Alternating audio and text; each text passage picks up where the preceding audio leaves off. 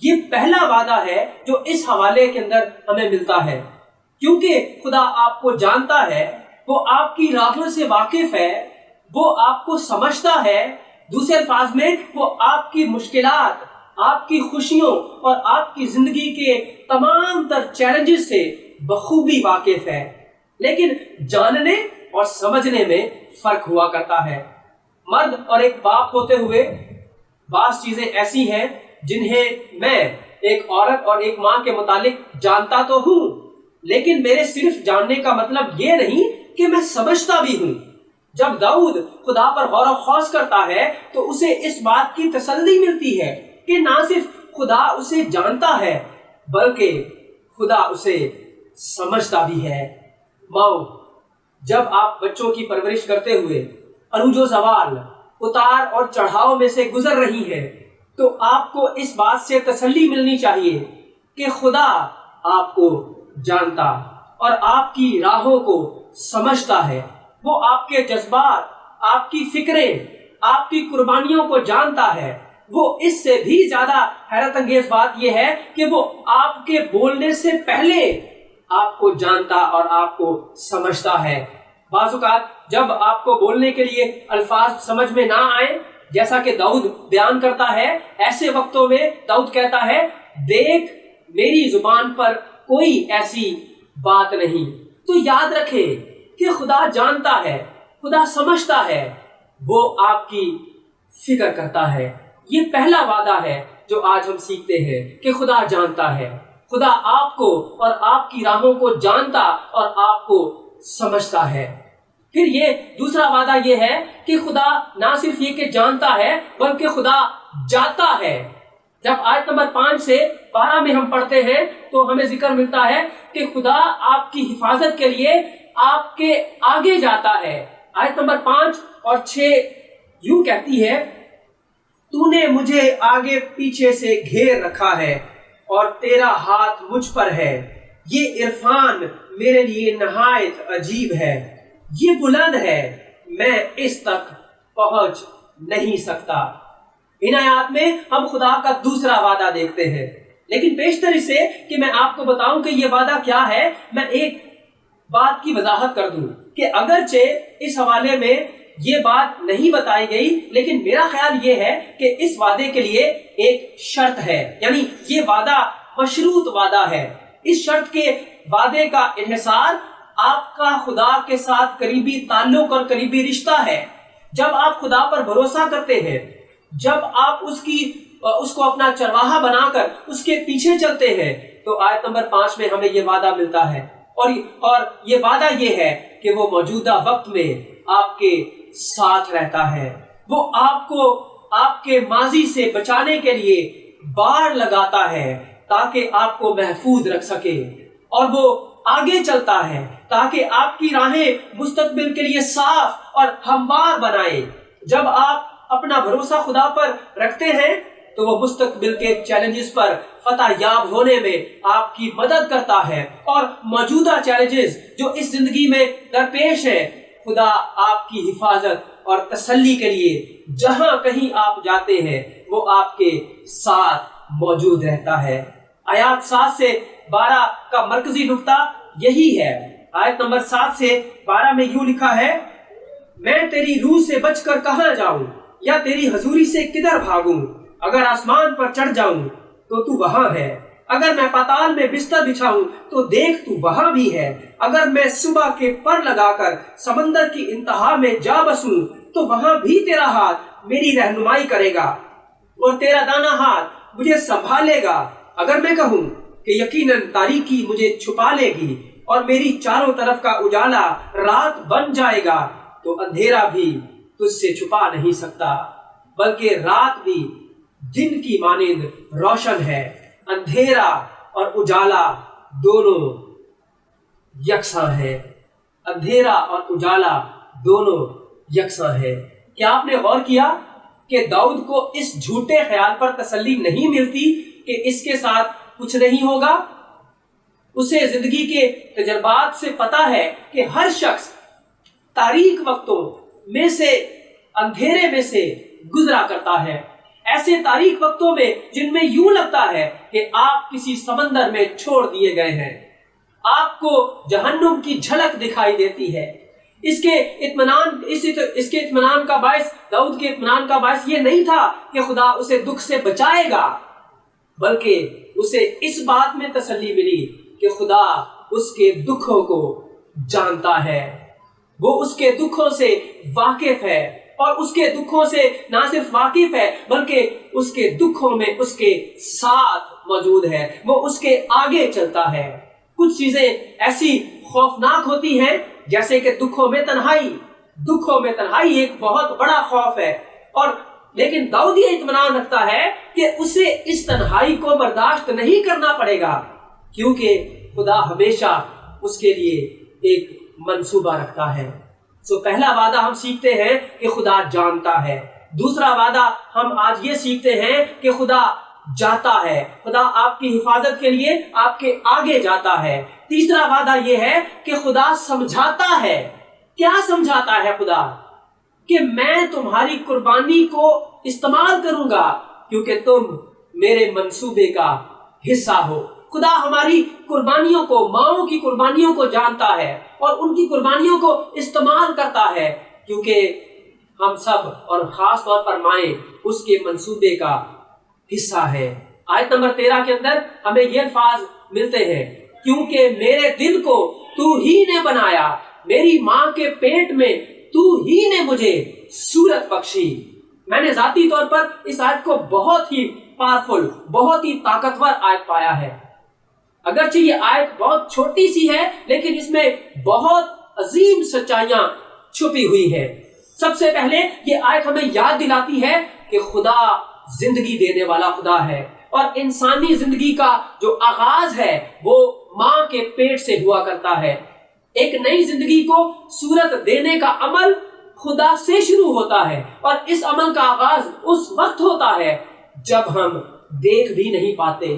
یہ صورت ماں کے پیٹ میں گہری پوشیدگی اور گہری تاریکی میں بن رہی ہوتی ہے۔ یاد رکھیے، جب داؤد اس زبور کو لکھتا ہے تو اس وقت ان کے پاس الٹرا ساؤنڈ اور ایکس رے مشینیں نہیں تھیں۔ حمل کے دوران کی صورتحال کا زیادہ علم نہ تھا کہ حمل کے دوران کیا صورتحال ہوا کرتی ہے، لیکن جو بات داؤد جانتا تھا وہ یہ بات تھی کہ اس سارے عمل کو خدا ہی ہدایت دیتا اور خدا ہی اس سارے عمل کی نگرانی کرتا ہے۔ ہر انسانی زندگی کے وجود کے پیچھے خدا کا ہاتھ ہے۔ ہر وہ جان جو اس دنیا میں داخل ہوتی ہے خدا کے حکم ہی سے داخل ہوتی ہے۔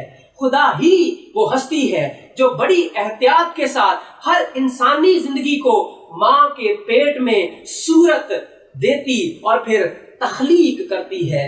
یہ آیت جو حقیقت ہمیں یاد کراتی ہے وہ یہ ہے کہ ہماری ماں کا انتخاب ایسے ہی نہیں ہوتا، بلکہ خدا اپنے لامحدود علم سے ہماری ماں کا انتخاب کرتا ہے اور ہمیں ماں کے باطن میں ڈھانپتا ہے، گہری تاریکی میں وہ ہمیں ڈھانپتا ہے، جس کا انتخاب درستگی کے ساتھ خدا خود کرتا ہے۔ آپ کا کسی خاندان میں پیدا ہو جانا کوئی حادثہ یا کوئی اتفاق نہیں ہے، خدا ہی ہے جو فیصلہ کرتا ہے کہ آپ کی ماں کون ہوگی۔ آخر میں میرا خیال یہ ہے کہ یہ آیت ہمیں یاد دلاتی ہے کہ ممتا خدا کے منصوبے کا اہم ترین حصہ ہے۔ آج ہم ایک ایسے دور میں سے گزر رہے ہیں جب معاشی اور پیشہ ورانہ کامیابی کو کامیابی سمجھا جاتا ہے، جب بہت زیادہ دولت کو کمانے کو کامیابی تصور کیا جاتا ہے، جب کوئی اچھا پیشہ اختیار کر لینا کامیابی کی ضمانت سمجھا جاتا ہے۔ کچھ لوگ ایسے ہیں جنہوں نے ممتا کی قدر و قیمت کو کم کر دیا ہے۔ ماں ہونا خدا کی ایک ایسی بلاہٹ ہے جس میں ماں بچوں کی رہبری و پرورش کرتی ہے اور انہیں شاگرد بناتی ہے تاکہ وہ خدا سے محبت کریں، خدا کی تمجید کریں اور خدا کی خدمت کریں۔ یہ آیت ہمیں یاد دلاتی ہے کہ خدا کو زمین پر اپنی مرضی پورے کرنے کے لیے وفادار ماؤں کی ضرورت ہے۔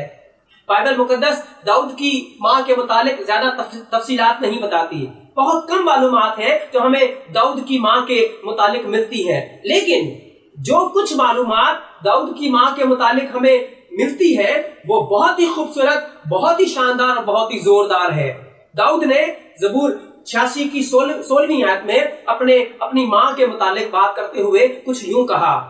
وہ خدا سے دعا کرتا ہے اور کہتا ہے، میری طرف متوجہ ہو اور مجھ پر رحم کر، اپنے بندہ کو اپنی قوت بخش اور اپنی لونڈی کے بیٹے کو بچا لے۔ کیا آپ نے ان الفاظوں پر غور کیا؟ اپنی لونڈی کے بیٹے کو بچا لے۔ زبور 86 میں داؤد نے خدا سے رحم، قوت اور رہائی مانگی، کیونکہ اس کے دشمن جو تھے وہ اس کے پیچھے تھے، کیونکہ داؤد کی ماں نے خداوند کی خدمت کی تھی، جس کا مطلب یہ ہوا کہ اس نے جب خدا سے دعا کی کہ اے میرے خدا، میری ماں کی خدمت کو یاد کر، مجھ پر رحم کر، مجھے قوت بخش، تو وہ اپنی ماں کو خداوند کی لونڈی کے طور پر پیش کرتا ہے اور اس کی کہتا ہے کہ میری ماں کی خدمت کے باعث مجھے برکت دے اور مجھے رہائی بخش دے، مجھ پر رحم کر اور مجھے قوت دے۔ داؤد جو کہ خدا کے دل کے موافق بندہ تھا، جسے خدا نے مسیح کے شبیہ یعنی مسیح کی تصویر اور سائے کے طور پر چنا، اس کی پرورش اپنی ماں کو خداوند کی خدمت کرتے ہوئے ہوئی۔ اس نے اپنی ماں کو خداوند کی خدمت کرتے ہوئے دیکھا۔ میں جس قدر زندگی کے ایام، زندگی کے تجربات میں آگے بڑھ رہا ہوں، میں اسی قدر اپنی ماں کا شکر گزار ہوں۔ اس کا میری زندگی پر بہت گہرا اثر رہا ہے اور بہت احسانات رہے ہیں۔ میں جیسے آگے بڑھ رہا ہوں، میں اپنی ماں کی قربانیوں کے لیے جو اس نے میرے لیے دی تھی، جب میں یاد کرتا ہوں تو ان کی قدر اور عزت میرے اندر زیادہ سے زیادہ پیدا ہوتی جاتی ہے۔ انہوں نے میری پرورش کی اور آج میں جو کچھ بھی ہوں ان کی پرورش اور قربانیوں کا نتیجہ ہے۔ میرے خیال میں اسی طرح داؤد اور بائبل کے اور کئی اشخاص جیسے کہ سیموئیل، تیموتھیوس اور یہاں تک کہ خداوند یسوع بھی اپنی ماں کی اس لیے عزت اور تعریف کرتے تھے کیونکہ ان کی ماں نے خداوند کی خدمت کی تھی۔ میں اگر واضح طور پر کہوں تو داؤد کی ماں، سیموئیل کی ماں ہنا، تیموتھیوس کی ماں یونیکے اور یسوع کی ماں مریم ایسی مثالیں ہیں جو ہمیں یاد دلاتی ہیں کہ خدا پرست بچوں کی پرورش کرنا دراصل خداوند کی خدمت کرنا ہے۔ میں ماں سے کہنا چاہتا ہوں آج کہ جب آپ اپنے خاندانوں، اپنے بچوں کی خاطر قربانی دیتی ہے اور بہت کچھ کرتی ہے مگر آپ کی قربانی کی تعریف نہیں ہوتی تو مت بھولیں کہ خدا سب کچھ جانتا ہے۔ وہ آپ کی محنت اور آپ کی خدمت کو جانتا ہے اور وہ اپنے محنت اور خدمت کرنے والوں کو اجر دیتا ہے۔ آپ کی محنت خدا کے زیر غور ہے۔ آپ کی محنت کو خدا بغور دیکھتا اور جانتا ہے اور وہ ضرور اجر بھی دے گا۔ ماں، آپ خدا کے منصوبے کا اہم ترین حصہ ہے۔ ہمت مت ہارے۔ 4 سچائیاں ابھی تک ہم سیکھ چکے ہیں۔ خدا جانتا ہے، کیا چیز جانتا ہے؟ وہ آپ کو اور آپ کی راہوں کو جانتا ہے۔ خدا جاتا ہے، دوسرا وعدہ ہم نے سیکھا، خدا آپ کی حفاظت کے لیے آپ کے آگے جاتا ہے۔ تیسرا وعدہ ہم نے سیکھا، خدا سمجھاتا ہے۔ خدا سمجھاتا ہے کہ میں تمہاری قربانیوں کو جانتا ہوں، استعمال کروں گا کیونکہ تم میرے منصوبے کا حصہ ہو۔ مائیں خدا کے منصوبے کا حصہ ہے۔ چوتھا جو وعدہ ہے وہ آیت نمبر 14 سے 16 میں ہمیں ملتا ہے اور یہ وعدہ یہ ہے کہ خدا بناتا ہے، خدا جانتا ہے، خدا جاتا ہے، خدا سمجھاتا ہے اور پھر خدا بناتا ہے۔ خدا نے آپ کو اپنی تعریف کے مقصد کے لیے بنایا ہے۔ خدا نے آپ کو بنایا ہے تاکہ آپ اس کی تعریف کریں۔ جب ہم آیات 14 تا 16 میں پڑھتے ہیں تو ہمیں یہ خوبصورت وعدہ اور خوبصورت سچائی پڑھنے کو ملتی ہے۔ آیت نمبر 14 سے 16 میں کلام خدا میں یوں مرقوم ہے۔ داؤد کہتا ہے، میں تیرا شکر کروں گا کیونکہ میں عجیب و غریب طور سے بنا ہوں، تیرے کام حیرت انگیز ہیں، میرا دل اسے خوب جانتا ہے۔ جب میں پوشیدگی میں بن رہا تھا اور زمین کے اسفل میں عجیب طور سے مرتب ہو رہا تھا تو میرا قالب تجھ سے چھپا نہ تھا۔ تیری آنکھوں نے میرے بے ترتیب مادے کو دیکھا اور جو ایام میرے لیے مقرر تھے وہ سب تیری کتاب میں لکھے تھے جبکہ ایک بھی وجود میں نہ آیا تھا۔ یہ حقیقت جان کر کہ خدا سب کچھ جانتا ہے، ہم چوتھی سچائی یعنی چوتھے وعدے کی طرف بڑھتے ہیں۔ خدا نے آپ کو ایک مقصد کے لیے بنایا ہے۔ خدا کبھی بھی کسی چیز کو، کسی مخلوق کو بغیر مقصد کے نہیں بناتا ہے۔ خدا نے آپ کو ایک مقصد کے لیے بنایا ہے، کیونکہ خدا آپ کو جانتا ہے، آپ کی رہنمائی کرتا ہے، آپ کو اپنے منصوبے میں شامل کرتا ہے، اس لیے آپ پر اعتماد ہو سکتے ہیں کہ وہ آپ کی زندگی کے لیے ایک مقصد رکھتا ہے۔ جب داؤد نے ان عظیم سچائیوں پر غور کیا تو اس نے کہا، میں تیرا شکر کروں گا کیونکہ میں عجیب و غریب طریقے سے بنا ہوں۔ خدا آپ کو بناتا ہے، آپ کو تخلیق کرتا ہے، اس لیے کہ آپ اس کی تعریف کریں۔ اس حقیقت کو جان کر کہ خدا نے ہماری بہت فکر کی ہے، ہمیں بنایا ہے، اور آج جہاں پر ہم موجود ہیں اس نے ہمیں قائم رکھا ہے، وہ ہمارے ساتھ ہے، ہمیں اس کی تعریف اور اس کی پرستش کرنا ہے۔ ہم اس کی تعریف و تمجید کے لیے بنائے گئے ہیں، اور ہماری زندگی کے لیے خدا کا منصوبہ یہ ہے کہ نہ صرف یہ کہ ہم خود اس کی تعریف اور تمجید کریں بلکہ دوسروں کو بھی اس کی تعریف و تمجید کے لیے تیار کریں۔ غور کریں کہ داؤد نے اپنی زندگی کے لیے خدا پر بھروسہ کیا۔ اس نے کہا، جو ایام میرے لیے مقرر تھے وہ سب تیری کتاب میں لکھے تھے۔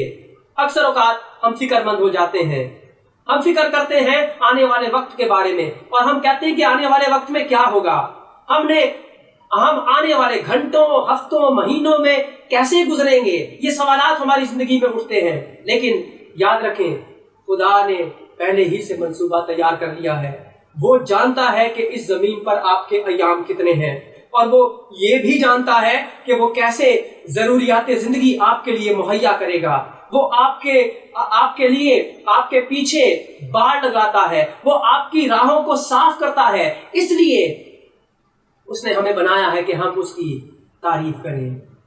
خدا جانتا ہے، خدا جاتا ہے، خدا سمجھاتا ہے، خدا بناتا ہے، اور پانچواں وعدہ یہ ہے کہ خدا ٹھہراتا ہے۔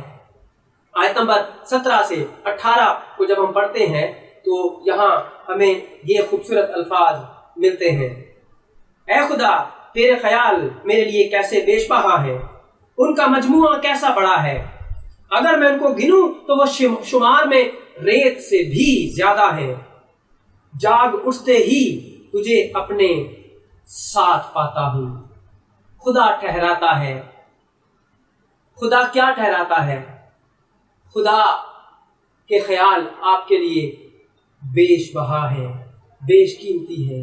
وہ اپنے خیالات کو آپ کے لیے بیش بہا اور قیمتی ٹھہراتا ہے۔ آخر میں جب آیت نمبر 17 اور 18 کو ہم پڑھتے ہیں تو جب داؤد اس خیال کے متعلق سوچ کو جاری رکھتا ہے کہ اس بات کا مطلب کیا ہے کہ خدا میرے متعلق سب کچھ جانتا ہے اور میری زندگی کا علم رکھتا ہے، تو وہ دو نتائج پر پہنچتا ہے۔ پہلا نتیجہ یہ ہے کہ خدا کے خیالات داؤد کے لیے اور ہمارے لیے بیش قیمتی ہیں۔